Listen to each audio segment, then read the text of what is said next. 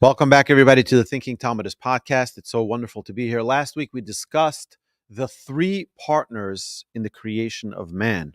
And if you remember the Talmud, we shared the different components that the father contributes, that the mother contributes, and that God contributes. I was recently talking to a friend of mine who's marrying off a child, and he sounded a little worried about how he's going to pay. I'm like, I'm a rabbi, trust me.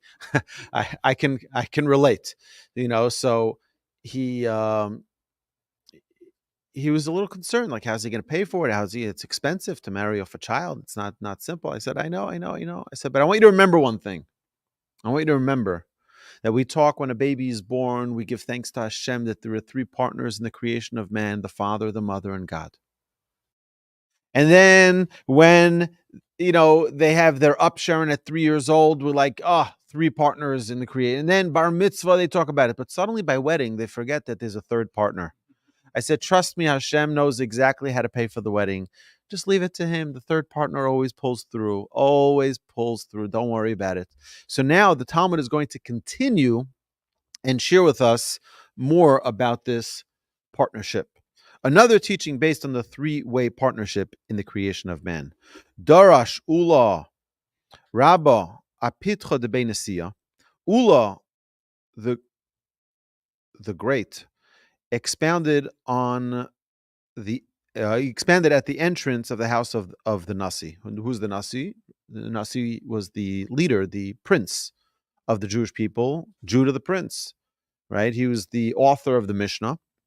What is the meaning of that which is written? Yoducha Hashem kol malachei eretz kishamu imrei ficha. All the kings of the world will acknowledge you, Hashem, because they heard the statement of your mouth. Ma'amar picha lo nemar. It does not say the statement singular, the statement of your mouth. Ela imrei ficha. Instead, it says the statements in plural of your mouth. Why? This indicates that when the Holy One, blessed is He, said the first two of the Ten Commandments, Anochi, I am Hashem your God, and Lo yilecha Elokim achirim al ponai, you shall not have another God before me. Amru umas ha'olam, the nations of the world who heard this said, L'chvod atzmahu doresh. He's saying it for his own honor. This God is into himself. So everything's about Anochi, I am Hashem your God. You shall not have the name of idols before me. But as soon as God added in the Ten Commandments, honor your father and mother, they retracted their original position, the nations of the world, and acknowledged the first two statements as being God's declaration for mankind. Is that it's an interesting thing that if we don't have Torah, if we don't have Judaism in our lives, then we don't have morals. We don't have ethics. I know the world likes to think that we're living in a culture today where, we're just so loving of everyone, and it's like kumbaya, this liberalization of the world, that everything is just fine. Now we're in Pride Month, so of course, everything, equality and all of that. So it's very important for us to address something I think it's very, very, it might not be pleasant for everyone to hear it, but it's a fact, okay? The fact is that when we distance ourselves from Torah, we distance ourselves from values, from morals, from ethics. The nations of the world all have ethical values based on the Torah. They have morals based on the Torah. The Torah is the anchor for all morality. The Torah is what tells us what's right and wrong. Because otherwise, ish es chavero chayim bla'o. If we didn't have the guidelines of the Torah, everyone would do as they seem fit. And they would kill one another. I think you stole my parking spot. That's unethical. It's immoral. And I'm going to kill you. And that's the way. There's nothing that puts it into structure, into order. I was extremely saddened today to read On one of my rabbinic chats, someone shared the following.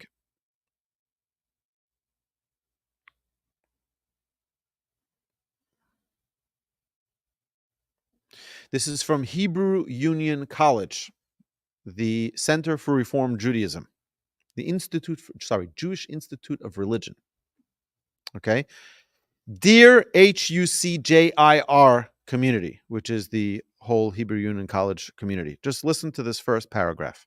Following a multi-year effort to reevaluate admissions and ordination requirements for our rabbinical and cantorial students, we have decided to rescind the requirement that the partners of our students in long-term committed relationships must be Jewish. Moving forward, the religious identity of a student or applicant's partner will no longer disqualify students for admission or ordination. Meaning, the Reform movement has no problem with people applying to their school and becoming rabbis or cantors with their spouses not being Jewish. My friends, what in the world is going on? If being Jewish is no longer a value to Jewish people, then we're totally lost. This is not me. I didn't make this up. This is from their website. What is going on? But these people have no problem chastising you for not having the, let's call it the liberal mindset of saying that abortions are no problem. Or if you hold like the Torah that certain lifestyle choices are prohibited. They have no problem with that. And they don't either have a problem if the spouse of a rabbi is not Jewish. It's no problem. So this is really, really concerning, because I know this is not related to the exact topic that we're talking here, but when we start bringing up the 10 commandments of Anochi Hashem Elokecha, I am Hashem, your God. You shall not have an idol placed before me, which is the Almighty is talking to us. Then what do we have to keep us together? Yes. They cannot find enough applicants for Reformed Jews who are not married to people. Oh, of course. And look, the reality is that any time that you have such a statement being made, anytime, and this includes, by the way, when the conservative movement allowed driving to shul on Shabbos and then disallowed it a few years later. Anytime you see such a diversion from what the Torah says, it's because of membership. It's because we have to save the bottom dollar. The bottom dollar is we're not going to have members soon. We're not going to have rabbis soon. So we just have to break all of the values, all of the things that we know are the basics. So it's basically saying that the church doesn't care if someone is committed to Christianity, as long as they just come and join us, which they might actually say. But I mean, that means what we're saying is that they have no longer any standards. Because you know what the next step is? The next step is that the applicant themselves don't have to be Jewish, which is already happening. They just haven't announced it. Because it could be from any questionable conversion. It can be, which is a reality. The reality is that if someone doesn't accept Torah and mitzvos as their process of conversion, there's no conversion. It's like imagine me telling you I'm a big aviation enthusiast and let me fly the plane. They're like, no. You have to have the license. I'm like, no. But I know everything about planes. I'm a big enthusiast and I love planes. I watch the takeoffs and landings. I do this all the time. Like, oh, you have such a love for it. Come, you can fly our plane. Everyone knows that that's ridiculous. Exactly. Not between them. You have to fly into them, right? Right. So, Same thing happened a few years ago. And they changed their bylaws to where you did not have to be Jewish to be on the board. right. So, but I mean, which I vociferously talked against, but it passed anyway. right. So again, we're not here to bash anyone. And the honest truth, my response when I saw this and my response on the group was that how sad to see the deterioration of our brothers and sisters. It's really tragic. I will tell you that most people that I know who are members of Reform, I'm not most, every single one of the members that I know who are members of Reform, Conservative, or Orthodox synagogues are not Reform, Conserv, and Orthodox people. Just because you pay membership there doesn't mean anything. Okay? Bring me a Reform person. Anybody who's a member of Reform Temple. All right? Do you believe that the Torah was given at Mount Sinai? Yes. Okay, so you're not a Reform Jew. Because Reform, the basic platform of Reform Judaism is that the Torah was not given at Mount Sinai. So you're not a Reform Jew. Congratulations. You're like, so what am I? Well, I'm not Orthodox, so I'm probably conservative. That's not the way it works. You're right. That's what I'm saying. So your membership doesn't define your Judaism, is what I'm saying.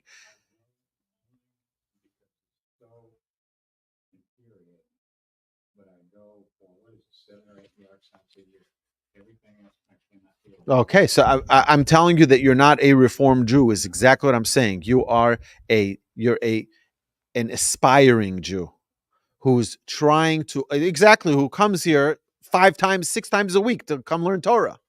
Right? That's a growing Jew, and that's the only thing that counts. I told you there is no such thing as a Reformed Jew, as an Orthodox Jew, as a conservative Jew, as a Reconstructionist Jew. It's all nonsense. It doesn't exist. It doesn't exist. Everyone wants to feel good in their connection with Hashem, and everyone finds a thing. But the idea is take a step in your growth. It's not about the label. And by the way, we're the anti-labels. We're the anti-labels Jews. There's no label for Jews. Every Jew needs to be, and that's what we're trying to do in Torch. We're trying to just inspire every Jew to take a step in their growth. Yes, please.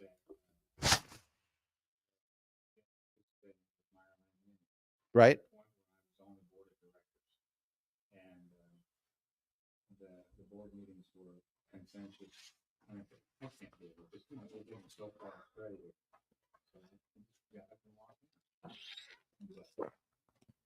Right. So I'll tell you the worst midos you find on boards. Board of directors, you find like people yelling and screaming, and I'm like, that's not that. I always say that in Torch, the board will be bored, right? We'll keep you bored. It's so not exciting because we do one thing and one thing only. We teach Torah, and that's it. We try to raise money to pay for our rabbis who are teaching Torah, but that's it. That's it. Yes. I ran into this recently where I was trying to locate somebody who was more Torah observant like me. And so I used that phrase because I couldn't think of another phrase that... Right. That's, you know what? It used to be there were 2 types of Jews. There was a Shomer Shabbos Jew and a non-Shomer Shabbos Jew. That was it. Shabbos is the defining line. Essentially, that's what God says in his Torah. The Shabbos is really the essence of it all. But I think that every Jew needs to take a step. Look, I know many people who grew up without the concept of Shabbos. They never even heard of it. I remember I invited someone once. He's from Ohio, from some small town in Ohio. I invited him for Shabbos. He's like, who's that? Like, never heard of it. Never heard of it. Never heard of it. You imagine a Jew today who never heard of Shabbos. Never. You telling me that person is by choice not observing Shabbos? No, he doesn't know what it is. And that's the way I believe most Jews today. There's no one who intentionally says, I don't want to keep Shabbos. There's no such person. I never met such a person. I don't want to keep Shabbos. No, I don't know what it is, or it's not. I'm not there yet. right? And that makes it's like a little child. A little child, they start walking, they take a little step. You don't say run the marathon, let's go, move it. That's not the way. You take a step, a small step. If that step is one time on Shabbos, not turning on a light switch, that's the most beautiful observance of Shabbos. If I'm not going to turn my oven on, it's a beautiful observance of Shabbos. I'm not going to touch my phone for a few hours. It's a beautiful observance of Shabbos. It's taking a single step. It's taking a single step, and that's what it's all about.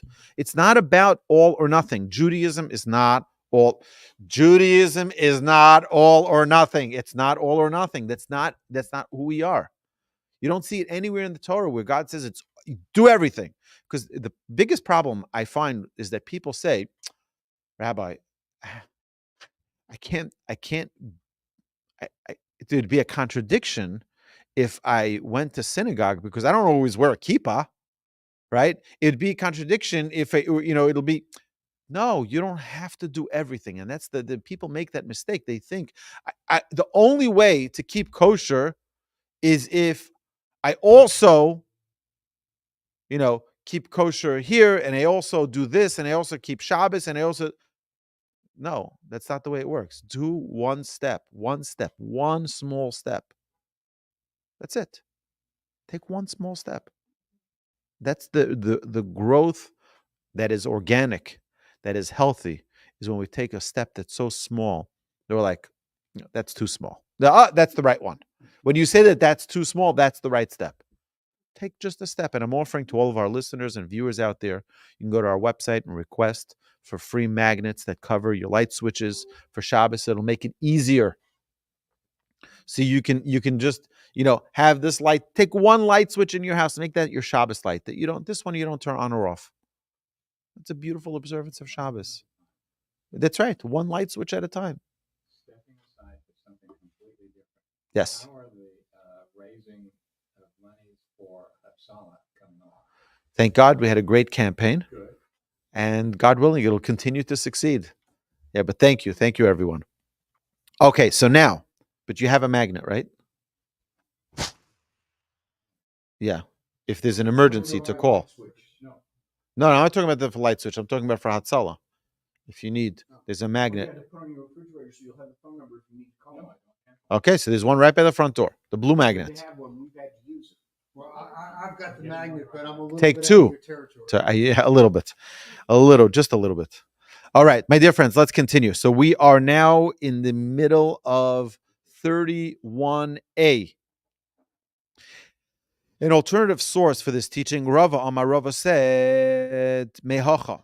It may be derived from the following verse. Rosh Dvorcha Emes. The beginning of your utterance is true.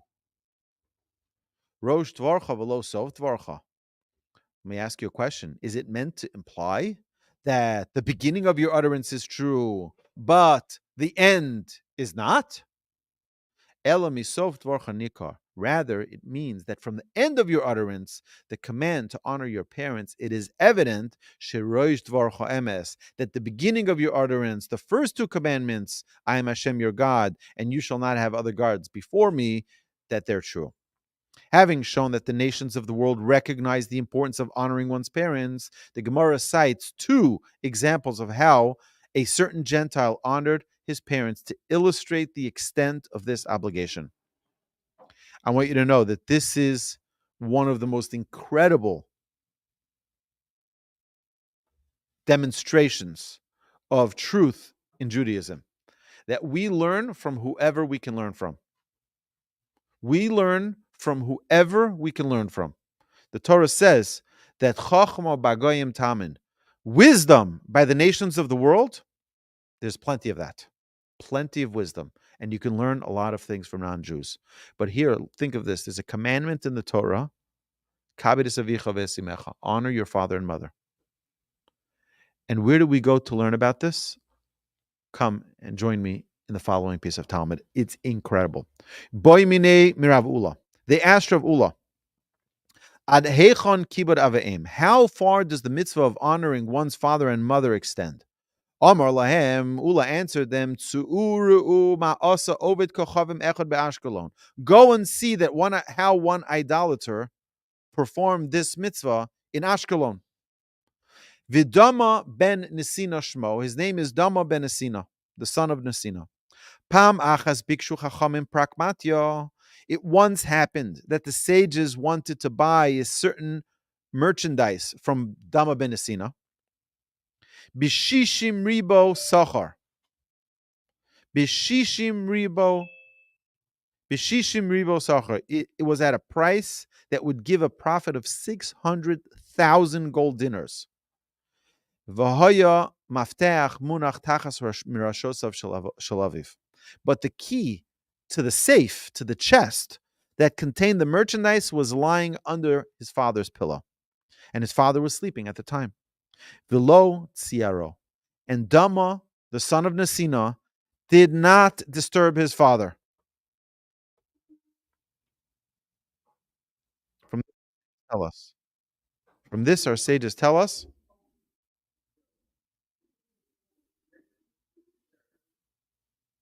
From this, our sages tell us we learn proper honoring of our father and mother. We're going to elaborate on this in a minute. A more detailed version of this incident, Amar of Yehuda, Amar of Shmuel, Rav Yehuda said in the name of Shmuel, Shalus Rabbi Eliezer.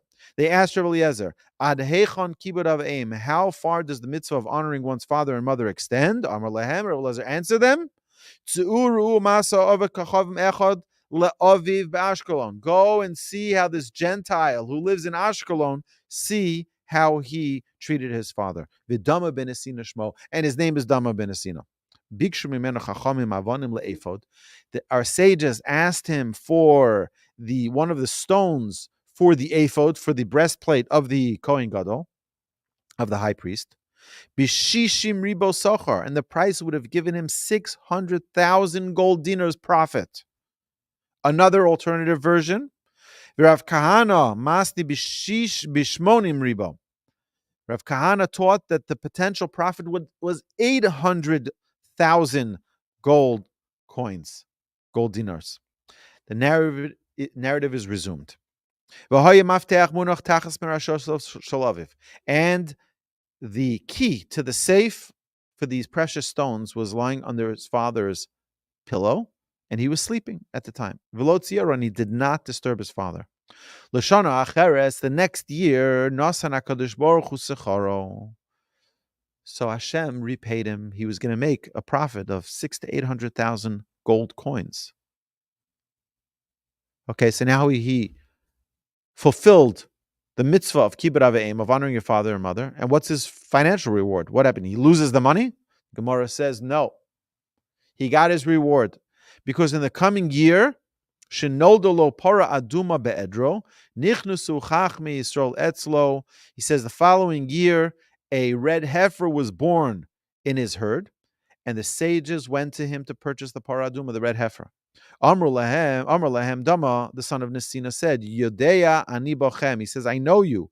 She'im ani mivakesh mikem kol mamet shel ba'olam atem noslim. He says, I know you, sages, you holy people. Any money I ask for, you will give it to me. You'll give me anything for this red heifer, right? Of course.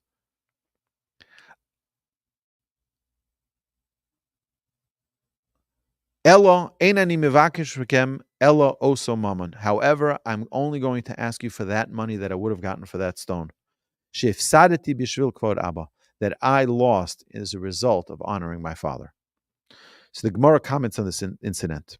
Amar Rabbi Chanina said, "Uma mi she'enu mitzuva ve'oseh kach." Now think of this: someone who performs the precepts of the Torah without having been commanded receives such a great reward. Mitzuva ve'oseh, someone who is commanded to the precepts of the Torah. Alachas kama v'kama, even greater will his reward be. The Amar Rab Chanina said, Gadol mitzuva ve'oseh mimi she'enu mitzuva ve'oseh. Who has a harder time doing a mitzvah, someone who's asked to do a mitzvah? But if you're not asked, everyone wants to volunteer. Like, if you ask your own children to help you unload the car, like, no, they have every excuse in the world. I'm going to a friend of this. But if the neighbor asks, oh, no problem, I'm there. No, it's because you're not required to. But you'll do it anyway. It's always harder to do things when you're commanded to do it.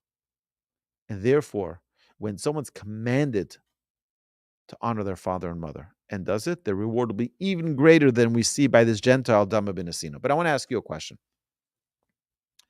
Imagine one of my children wakes me up one Shabbos afternoon or one morning, regular day, not Shabbos, but another day, and they say, Abba, you're going to be so proud of me. He said there was a few Japanese businessmen. Their car broke down right in front of our house. They begged me for the keys to your car. They said they're going to buy your car for $600,000 because they're rushing downtown to close a deal. Their Uber and a Lyft app is not working. If I just give them the car, right, $600,000 they're ready to pay for that car. And I didn't wake you up for your keys. Right? You imagine. I'd be like, are you out of your mind? What's wrong with you? What's wrong with you? I could pay for a wedding or two like that, right?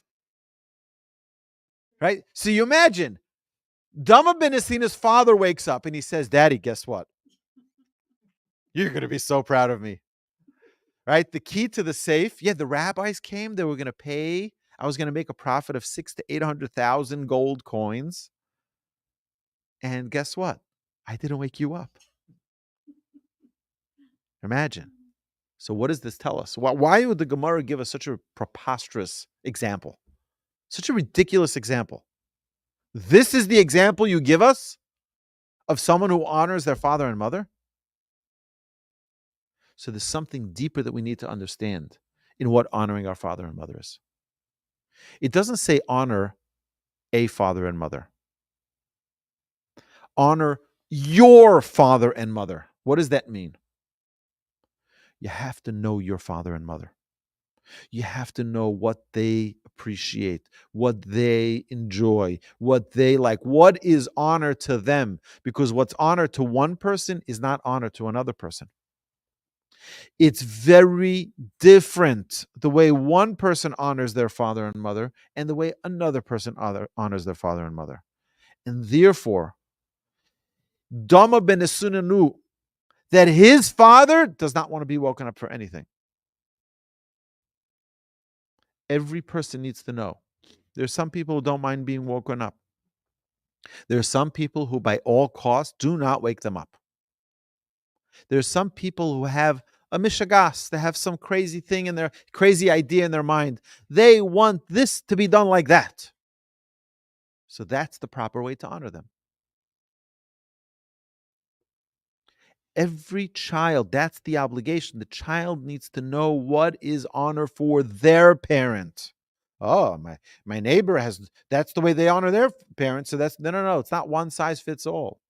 Avicha v'esimecha. It's your father, your mother. Their personal honor and respect is unique. The way they perceive honor is different. It's unique. It's not one size fits all. And that's what we learn here. Dama ben Nesina understood what his father wanted. This was his father's honor. But what else do we see? We see that you'll never lose out by doing a mitzvah. You do a mitzvah, you're going to. It's like people like I just not long ago I made an introduction between two business people. And it turns out they started making a lot of money together. So someone asked me, "No, did you get a cut from it? Did you ask for a how do you call it, fee? Like a finder's fee?" I'm like, my finder's fee goes from Hashem. I don't need from them. Hashem knows exactly the calculation, the score of exactly what you're supposed to get. They won't give it to you. Hashem will give it to you. I don't need to ask for it. Hashem knows exactly. Hashem knew that this individual, quote, lost money by not waking up his father. He made it back. Don't worry. This is a very interesting thing. We see that it was the next year that the red heifer came about. Next year, it was a year later. People think that God is instant like this. Like, 10 seconds later, he's going to get it from someplace else. No. Hashem has patience. Hashem has time. It comes in the right time. All right.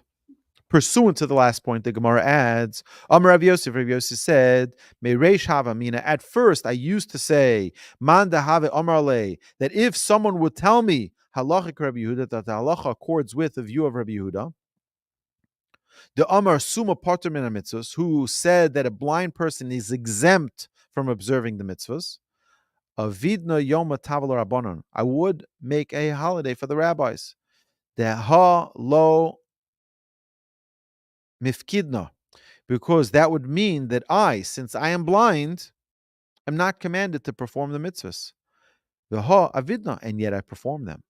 Hashta de shamis laha. The Amar Rebbe Chanina, but now that I heard from what Rebbe Chanina said, Gadol mitzvah ve'oseh, yoser misha enu mitzvah ve'oseh, that one who performs the precept, having been commanded to do so, is greater than one who performs a precept without having been commanded to do so. Adrabah, on the contrary, man da Amar li de ein halacha Rabbi Yehuda. If someone would tell me that the halacha does not accord with Rabbi Yehuda, I would be happy and make a feast for the rabbis, a holiday for the rabbis. Why? Because I want to get the greater reward. Which one do I get greater reward from when we're not commanded to? So if I know that by being blind, I'm still commanded to observe the Torah, I want that. Why? Because then my reward will be far greater. We're now at the bottom of 31a. The Gemara says another incident involving Dama ben Nesina. Imagine this one guy, this Gentile, gets so much ink in the Talmud written about him. So much written about him. It's very interesting, though, that the commentaries say that Dama ben Nesina was a righteous Gentile, and he wished to receive his reward in the world to come rather than in this world.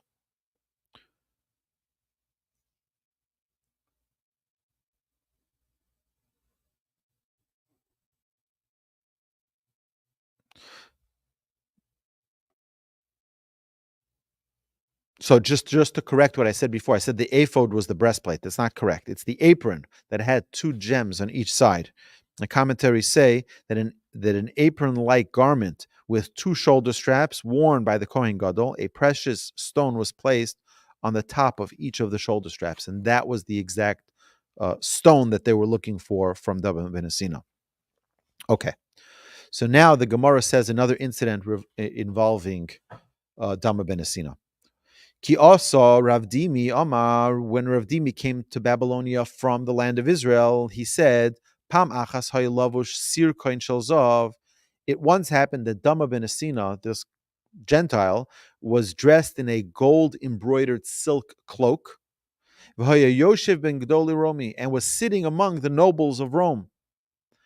Ubasa ima, and his mother came, v'korato mimeno, and ripped it off him. V'tavchalo al rosho, and she hit him on his head. V'yorkalo befanov, and she spit in his face. V'lo hichlima, and yet he did not shame her. Another teaching about the mitzvah of honoring parents. Tani Avime berei de Rabavo. Avimi, the son of Rabavo, taught the following: Yesh machi le'aviv pisyoni v'tor min olam. One can feed his father a pisyon, which is a type of bird, and this act can drive him from this world.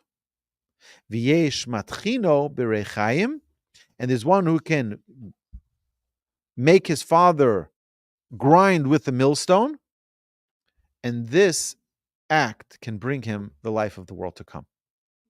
Meaning, if the father is disgusted by that bird,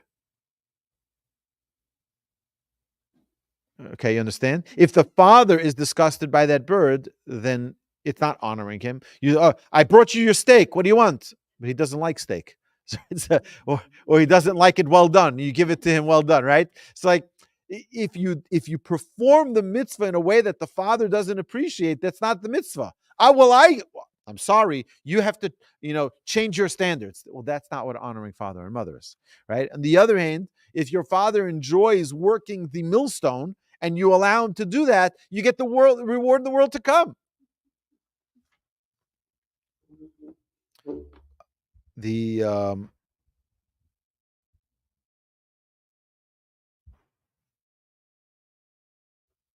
okay, the Talmud now continues on 31b. The Gemara cites how Avimi actually honored his father. Amar Rabavo said, Kigoin Avimi biri kayim mitzvahs kibud. Someone like Avimi, my son, fulfilled the mitzvah of honoring one's father. How? Chamisha bone samchi havi leila Avimi b'chay aviv. Avimi had 5 ordained sons during the life of his father, Avo. V'chi hava osir abavo kari abavo. Nevertheless, whenever Abavo came calling at the door, Rohit v'azul pasichle. Avimi himself would run and open it. V'omar in adimot mitoi hasam. Calling, yes, I shall open it. Yes, I shall open it, until he arrived there. Yom achad omar le ashkiyon mayo. One day, Avo told Avimi, the father told his son, get us water to drink. Adi aise le nimnim. While Avimi was bringing the water, Rebavo fell asleep. Gochin koi aloi ad isar. Avimi bent over and waited for him to awake. He sat there holding the cup of water till he woke up. Isiato milso vidorish Avimi mizmor la'asaf. While he was waiting, a divine inspiration came to this Avimi, and Avimi expounded, he sang a song of Asaph from Psalms, right? And that is chapter 79 in Psalms. But we see that is the great mitzvah of honoring one's father and mother. So I apologize that we started late. We had a little good time here in our discussion, but my hope and my prayer is that we all understand that the greatness of our relationship with God, the greatness of the performance of our mitzvahs is a very personal thing. The way in which we connect to Hashem is a very close personal thing for us to accomplish, for us to connect, for us to grow and to change. And it's not by the measure of anyone else. The way we honor our father and mother, not by the measure of anyone else. By the way we recite a blessing, not by the measure of anyone else. I can tell you, I know somebody who sits in synagogue and prays the entire prayer in English. In English. Doesn't know a word of how to read Hebrew. Not a word. Every single word in English, out loud, slowly, beautifully, the way in which Hashem loves it.